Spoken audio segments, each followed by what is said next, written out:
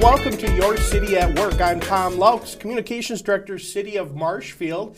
It's the end of August already, and I have Sheriff Shawn Becker with me to talk about what's been happening the past month in August. We had him here at the end of July, but thanks for coming. I appreciate, Tom, that give me the opportunity to be here. Awesome. We love you here and get to know about what's happening in the Sheriff's Department. Sure. So why don't we talk about that incident that happened now, about 2 months ago in Port Edwards? We said we'd follow up with it. Yeah, we found some human remains in the area of Port Edwards and the Wisconsin River. We're still working on that investigation. We haven't had the opportunity to identify who that is. It's a lengthy process that we're finding out. We're probably going to utilize a private lab that can take some of the remains and try to get a DNA profile. Right now, the medical records, not the medical records, the dental records we've struck out on. So the next step is trying to get some DNA and then find out who that is. It's frustrating. We are hoping that we would have this person identified just for the family. Obviously we're still conducting an investigation on how this person died. That's a separate kind of part of our investigation. Right now, the priority's been trying to identify the individual, and that's been frustrating. But hey, we're still working through that. Investigator Lieutenant Scott Goldberg's been doing an outstanding job with his team as they follow up on leads, and again, trying to work with a private lab to send some of the remains to figure out who this is. All right. Well, I'm sure if there is an update that you can allow the media to know, that we would see some kind of release out to media. But if not, we'll ask again next month at the end of September, see if there's anything new in that area. Thanks for bringing us that information. Absolutely. All right. I want you to talk about this memorial bridge that you had that happened earlier this month? August 3rd we had the dedication ceremony for LaVon Zenner. She was a deputy with the Wood County Sheriff's Department in the late 80s. She had just started for the Sheriff's Department and was on her training, her field training program. And she was on her way to work down to Wisconsin Rapids and was tragically killed in a car accident. And the last several years, our department has been working on doing something for her memory and the family. And Sarah McCormick, one of our deputies, took this on and just did an outstanding job to see it through.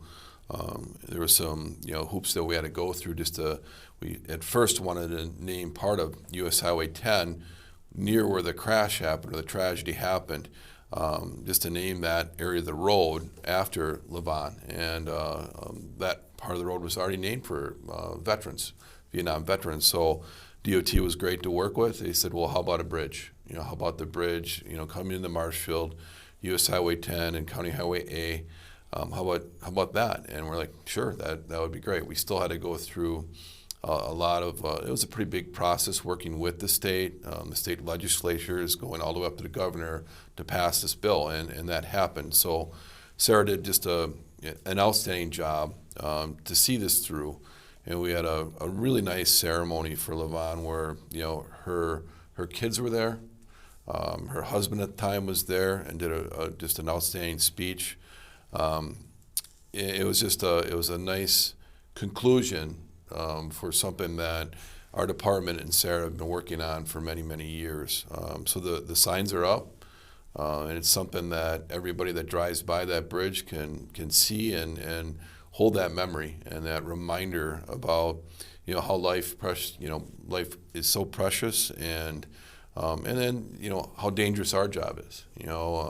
Granted, she was in her own personal car. It doesn't matter. She's heading to work. She could have been in a squad car, and this could have happened.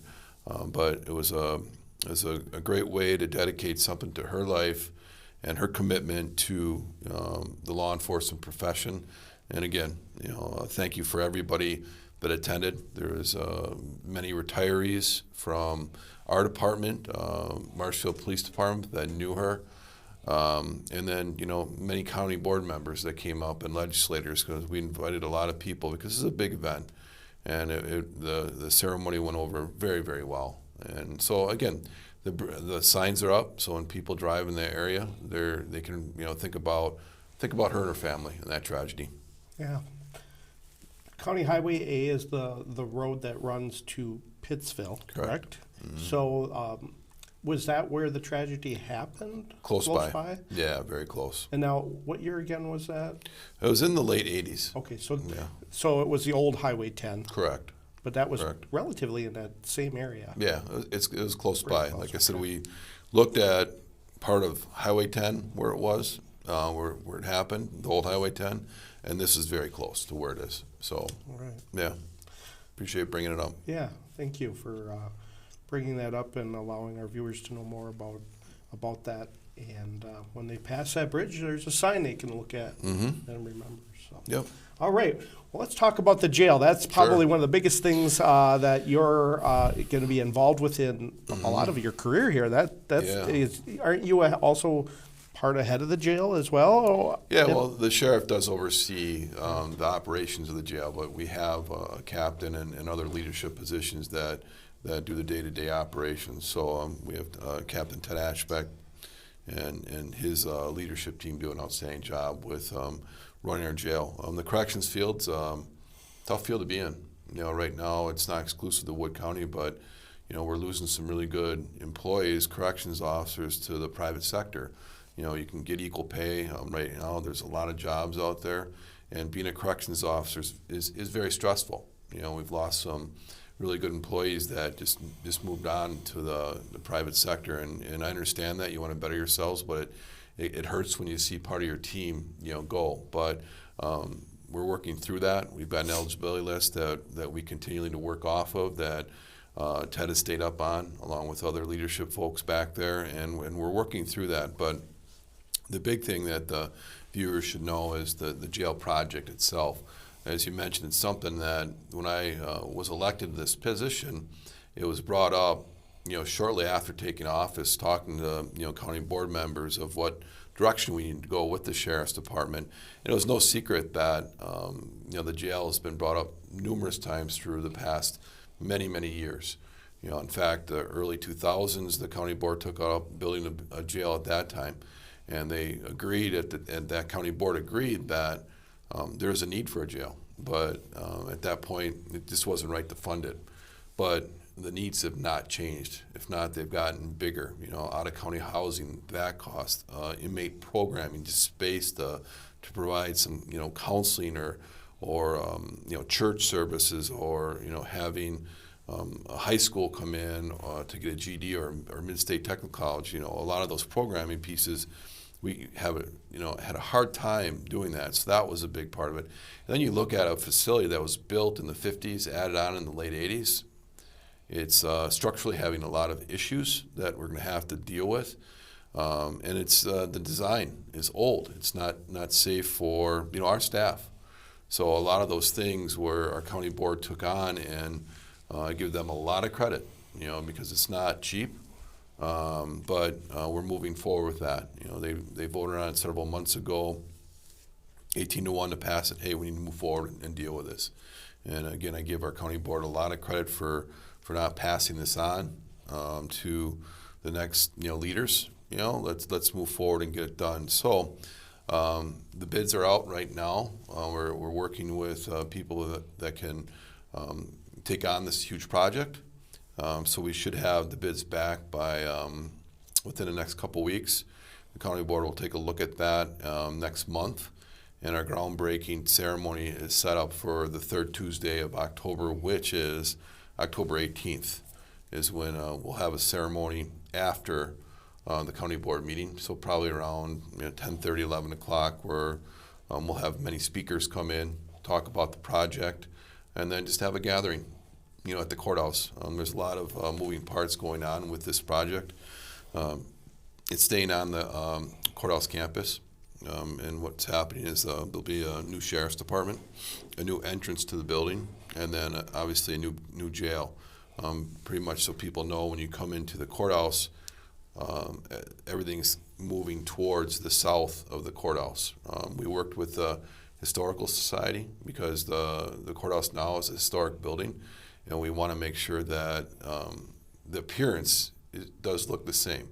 It's obviously going to be new, but we want to make sure that things are going to look, like that historic building. And that was some questions and concerns people had, in the public, like, oh, what's this going to look like? Are you going to take away from this historic building? And no, that entrance is going to be a very nice complement to, the courthouse, where you enter in the secured area, where you can go into the courthouse, or you can come over to the sheriff's department jail area. So it was a very, very nice, thoughtful design with that in mind. But it's happening. It's going to happen, like I said. Right now, they're already put in the utilities. They're modifying that because that was the first step that had to be dealt with, and then the next step will be taking a street that was vacated by the city of Wisconsin Rapids. But huge teamwork approach. This wasn't my idea, but I completely support it, obviously. But you have a county board that took it up.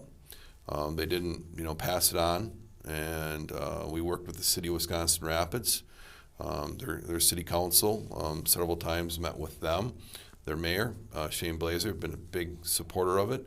And then all law enforcement. That's one thing that I sought out, fairly quickly is, the support of all of our law enforcement departments, because it affects them.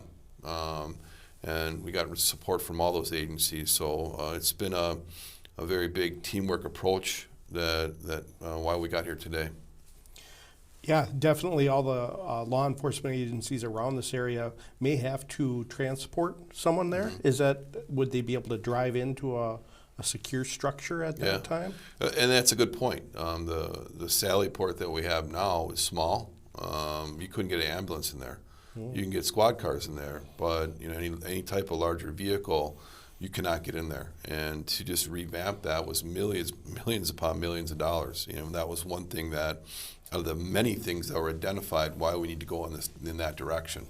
And again, I can talk a lot about out-of-county housing, those costs and the human costs it has.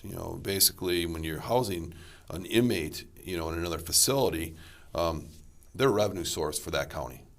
We house in Adams County and Waupaca County, and Waupaca for many, many years. In fact, what we've paid Waupaca counties for inmate, out-of-county housing has paid for their facility. Mm-hmm. So that's a revenue source. And what's happening, we're paying all this money, but then that programming piece that I brought up is not happening with them, because they're essentially a revenue source. They're being taken care of, obviously, but it doesn't give us the opportunity of taking a look at the goals that we set forth to give people the opportunity, if they want it, to get better while they're in the facility. And then once that inmate's released to the community, they've got some options to be successful. Because if somebody gets released for making whatever mistake they did, and they're back to the community and they're successful, that's a win for everybody. That we're not paying for them to be in custody, because that costs money. They're out in the community working, providing for a family or themselves, paying taxes. I think it's a win for all of us, and that's all. And that's a big piece of this new facility that we're moving forward on. Yeah, it's expensive per day. I don't know if you have those numbers, but it's probably over $100 $100 a day or more. No, probably. It's our contracts are $36 a day with one facility and $35 with the other. Okay. But if you multiply it out, like Waupaca County, we've got 75 people there. All right, and then multiply that day stay, it's millions. We're paying millions of dollars a year to house people out of county. Right now we're housing 90 people out of county. And it's a lot of money. And the plan is to not do that any longer. We won't do that anymore. You'll have a large enough space? Yeah, this facility, we identified as, with the trends in the inmate population, we identified a 300-bed facility should last our county decades. So, this shouldn't be a concern to be brought up, for maybe a discussion in 30 years or even longer, because that was another goal that we had. If we're going to do this, we got to do it right to make sure that the facility is going to last and it's going to fit the needs of Wood County. Yep. So everyone has a perception of a jail, bars, and then a big hall before you eat. Is that? That's the old style of a jail. That's called a linear style of jail, where you have the hallways and then you have the cell blocks going off from it. And they're kind of like a octagon shape, but it's a linear style. Where a new style jail that probably came out in the prison system, or probably in the mid-90s or maybe earlier, a Padre-style jail, which you have that octagon, but then you put your supervised, your corrections officers right in the middle, and so they can see everything. Here in a linear-style jail, the corrections officers, check on the inmates every half hour, unless they're on a mental health watch or a suicide watch. Then we do it every 15 minutes, if not sooner. But they have to put on all that foot traffic to visually look into the cell block to make sure everybody's okay and behaving. So it's a big difference from with technology or just the planning of a new facility, a jail, where you have that modular design. It cuts down on manpower, and you can put a corrections officer right in the middle there and can see everything that's going on around them. So that's what we're building, is a Padre-style jail with multi-levels. Multi-levels. So you really won't see bars that you... No, from the public, you will not see bars. It'll look like, in my opinion, a public building. Look like maybe a school. And I don't want to say it's a school because it's not, but just the appearance. It'll look like maybe a school or a library or something along those lines, a public building. That's one thing that we don't want people to look up, oh my gosh, that's a jail. It is a jail, but the appearance, and it falls into that connection to the courthouse and keeping that appeal of that historic part of it coming into the facility. So it'll be a public building, and it won't look like a traditional jail. Okay. I know the jail currently has an area, I believe you can go outside, and is it going to have the same idea? Yeah, there'll be a recreational area that inmates will be able to go to. Okay, and that's all safe, you can't get out. Correct. And all that. So this will be a really secure facility as well for visitors, different for people to come and see them as well. So as the jail starts to get built, I'm sure there'll be probably photos possibly shared. Yeah, we'll definitely keep that out there so the public can see how long or what phase we're at. Once we get into the inside portion of the jail, we won't share that for safety and security issues and concerns. But as the process starts, after we ground break, there's obviously many different levels to the project that we'll be doing and keeping the public aware of what part of the project we're on. All right. So timetable, 2 years, 3 years to build I would say between 2 to 3 years. Once we break ground, that's, I would say, somewhere between there. It'll depend, but from what the project manager is telling us, it's around a 2-year project. And then I guess if I don't ask about cost, and we're hoping the bids fall within there, I would assume. What's the look of the budget on that right now? Well, the county bonded for $58 million. Unfortunately, inflation has taken a part of that. That's going to be, we'll see when the bids come back. If we're within that number, it's probably going to be higher. Yeah. I mean, we've been told that by the project manager, but we don't know exactly what. That'll be up to the county board on how we want to fund that overage just due to inflation. A lot of it's detention parts, are sought after.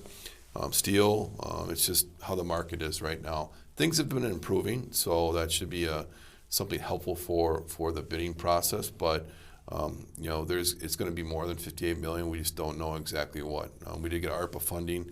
Every county did. Whether or not the county board wants to put some of that money towards it, that's going to be up to them. That's right. You guys still have, I don't know how much you've used in ARPA, if at all, at this point. Yeah, I'm not aware of it. Yeah, we had a department head meeting yesterday, and we're talking about that. Okay. There's a process that each department in Wood County that has to go through a submission, and then the county board, there's a couple committees that go through that and then decide whether or not that's something that we want to invest in. All right. Well, we'll keep an eye on what's happening with the jail with you as you come every month, and give us an update of where we're at. Maybe any photos that you can share. Once that happens, if you can share them, that would be wonderful. Gets people up here, because our taxpayers here in Wood County are going to have to help with that. That's part of the deal. So, all right. Well, let's move on to another piece here that I have. Back to school safety. We got school just around the corner, and some of them already have started. Yeah. Well, you look at, we were talking before we started taping, football, high school football started 3 weeks ago. I coach over at Lincoln High School in Wisconsin Rapids, and yeah, that's early.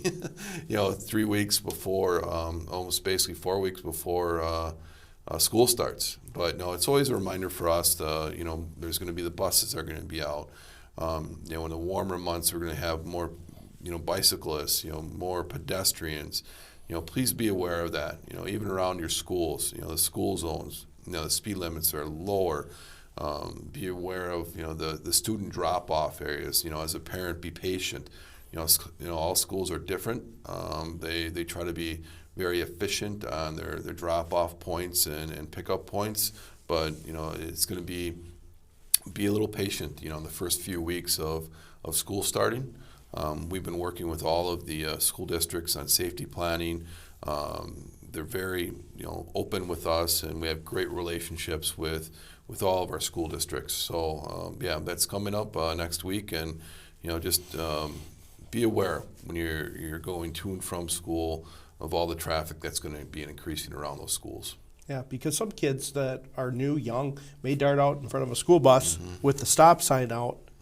You have to stop with their stop signs out, no matter what. Correct. When the lights come on, stop. You go around it. It's number one, a big citation. Number two, the bigger point is, you could hurt somebody or worse. Yeah, and that's not what we want to ever see here in any of our areas. It would be very tragic if that happened. So driving safely is very important. Let's move on to another piece about driving that I wanted to bring about is there's road construction happening quite a bit, and they beef it up, I think, sometimes more now to finish up what they're doing before winter hits.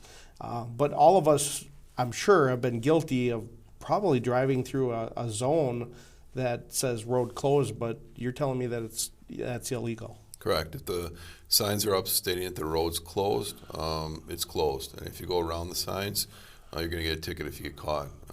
And that's frustrating for not only just law enforcement, but the people that are the construction workers that are in there. It's a safety issue. That's why that road's closed, not only for the workers, but the drivers themselves.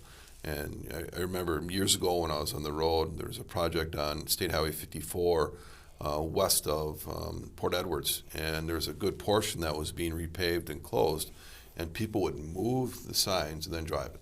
And I remember had to put extra deputies in there, and if I ever caught somebody, they were cited. And so just remember, if the signs say the road's closed, it's closed. If you go around it, and you get caught, you're going to be cited.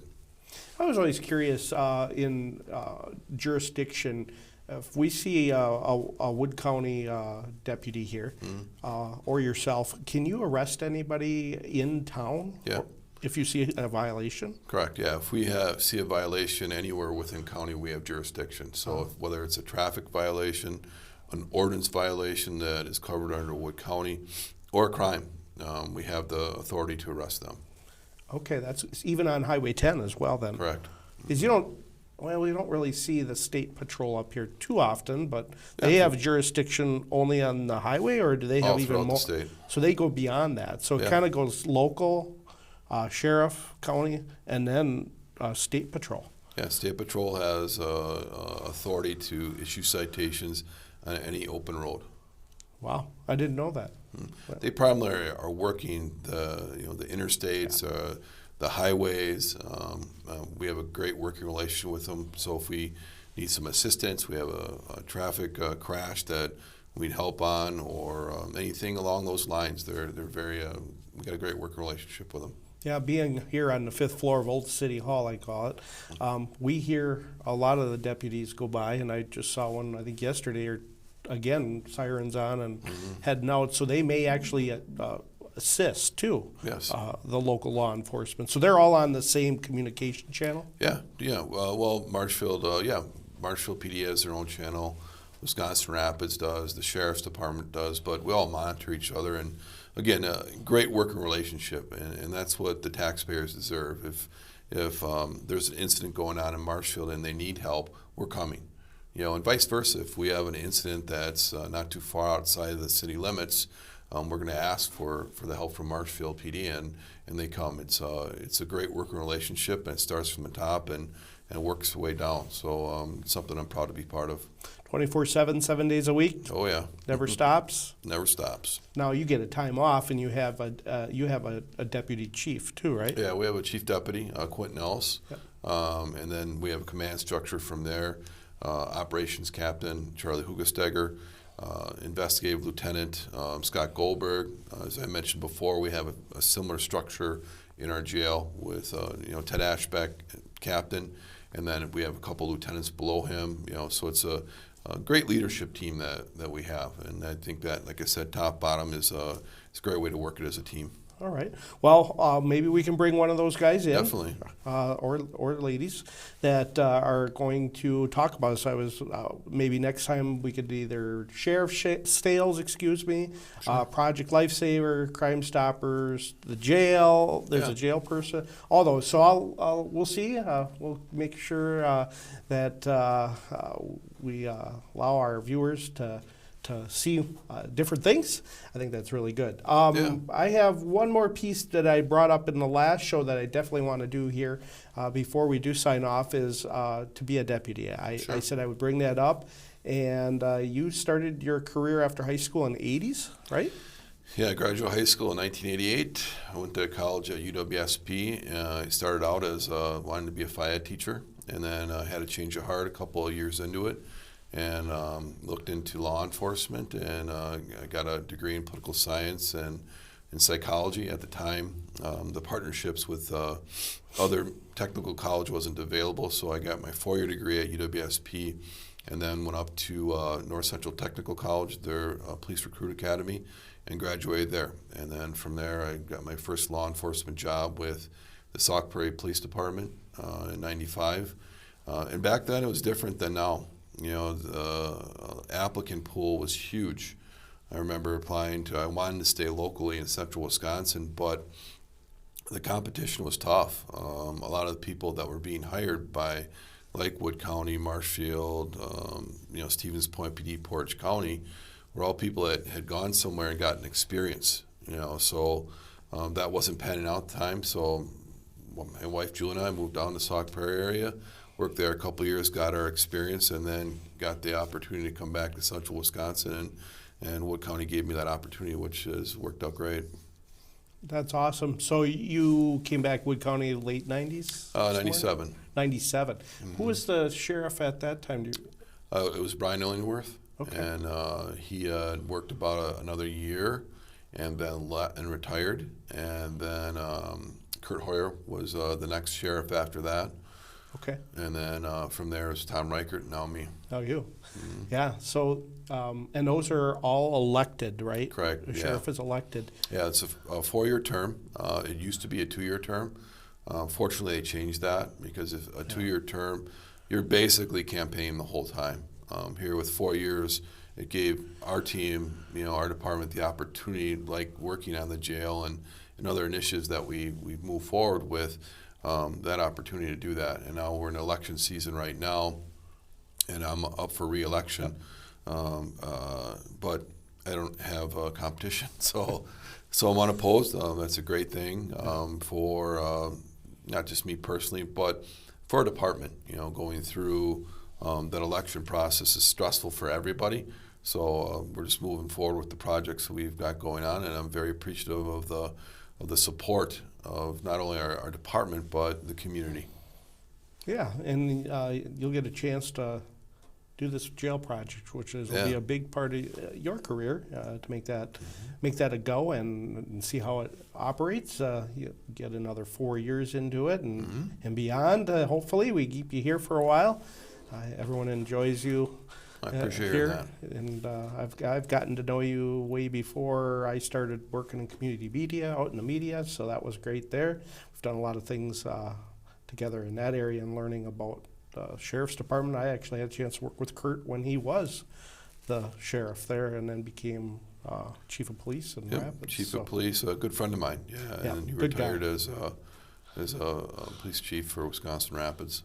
Yeah, I think he's great, and I still follow him on Facebook and his family, and because Rapids was kind of my main area originally, so you still know a lot of people there and go back and visit. But if you want to get in law enforcement, you do have a Citizens Academy, I believe. We did. We don't right now, but we used to. Yeah. But I know Wisconsin Rapids does. Marshfield definitely does. Okay. Great opportunities. I encourage people to take part in. It's something that we need to reevaluate and take a look at if we could put it together. I know working with both of those agencies, people that go through get the opportunity to spend some time with the Sheriff's Department, because the biggest difference, obviously, is we have a jail. And both agencies are utilizing our jail. So we do connect with the Citizens Academies. We just don't have our own right now. Do you have an auxiliary like PD has? No, but we do have part-time deputies, so they're being paid. They're not volunteers, but the auxiliary programs, again, if you're thinking about getting into law enforcement, those are great opportunities to get experience. Like I said, I know Marshfield has one, and Grand Rapids Police Department does. I know Wisconsin Rapids does, and that's a great step. If somebody graduates high school and they're thinking about law enforcement, I would strongly suggest that our part-time program, you have to have at least a year of college in to be eligible for that program. But you're a sworn officer. We have a huge training program that we put people through internally, and our part-time program, essentially, most of the hours are being worked patrolling all of our parks. But they will work special events as well. But the big difference is you're not a volunteer. You are a law enforcement officer. And it's another great program, another step to have on your resume with experience once you move on to full-time. Most of our part-time deputies will work for us maybe 1 or 2 years, and then they're getting hired somewhere full-time. And we expect that. We really do. We have a few people that have continued to be part-time with us, which is great. They have other full-time jobs, but they do like the connection to work law enforcement still. But most of them, I'd say probably 2/3 of them, we probably only have them for a couple of years, and it's great experience for them, and it's great for us because we've got not only the special events they're helping us cover, but our parks get extra patrolling hours, and people get the opportunity to see our a lot of our deputies that are out and doing community policing, working with the campers and just being there just to hang out with them. Yeah, you have 3 large Wood County parks that you have to go through. Do you still have squad cars anymore, or are they done?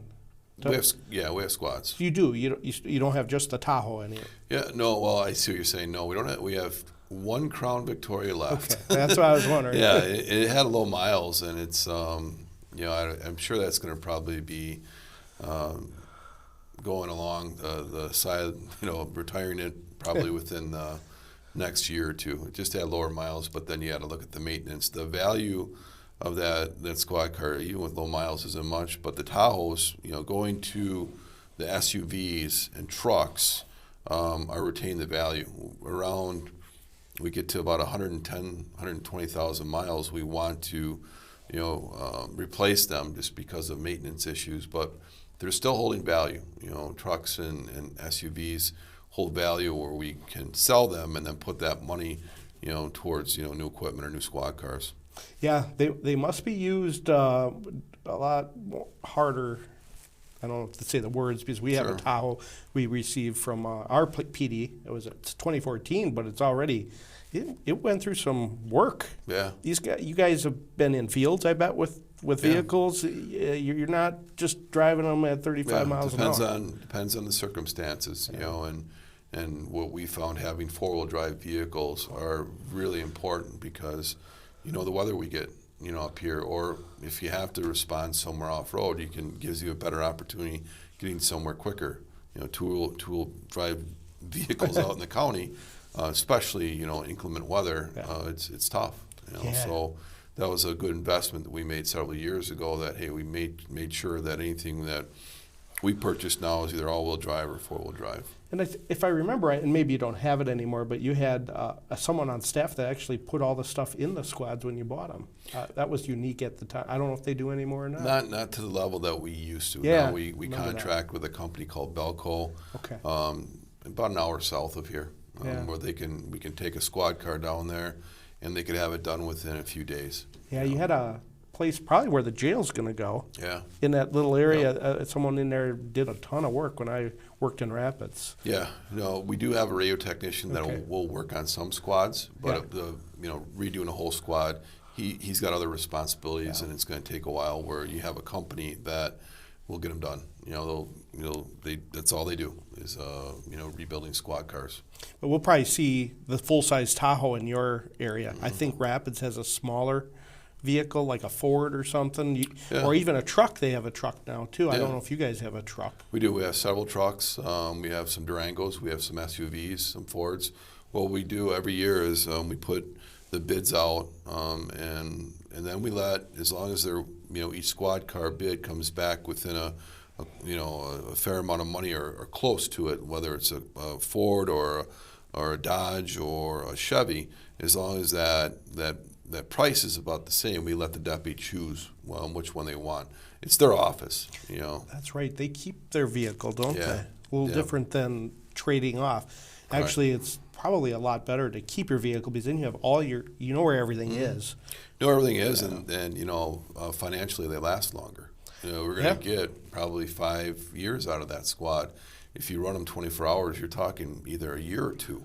Because the miles are going to rack up so fast. Especially in the county. Right. You're not just in the city. I don't know how many miles, 200, 300, well, there's more than that in the county's roads. Yeah, square miles. Yeah, I don't even know, but a lot. So, all right, Shawn, thank you so much for coming. I appreciate it. We're going to be out of time here. We have a lot of other questions. We'll bring it up next time. Sounds good. And we'll make sure we have enough to talk about. We'll talk about the jail again. And if you wanna bring someone, please do. We have plenty of room. And just let me know, and I'll get some questions that'll pertain to that person. Sounds good. It works. And if you're still watching this before or after the fair, you guys are going to be at the fair. Definitely. Just wanted to bring up the fair. I know you see your officers there. Yep, heading there next. And that fair goes through Sunday. We are taping this right now on Thursday. Yep. So just in case I know we'll have it ready. David will have it ready probably in the next hour or two. Sounds good. And get this on, and people will be able to see it before the fair ends. But if they're watching it after the fair, you guys do a lot of that kind of stuff. So, all right. Thanks again for watching Your City at Work. I have Shawn Becker as our guest this time, and I'm Tom Loucks, Communications Director. Thanks for watching.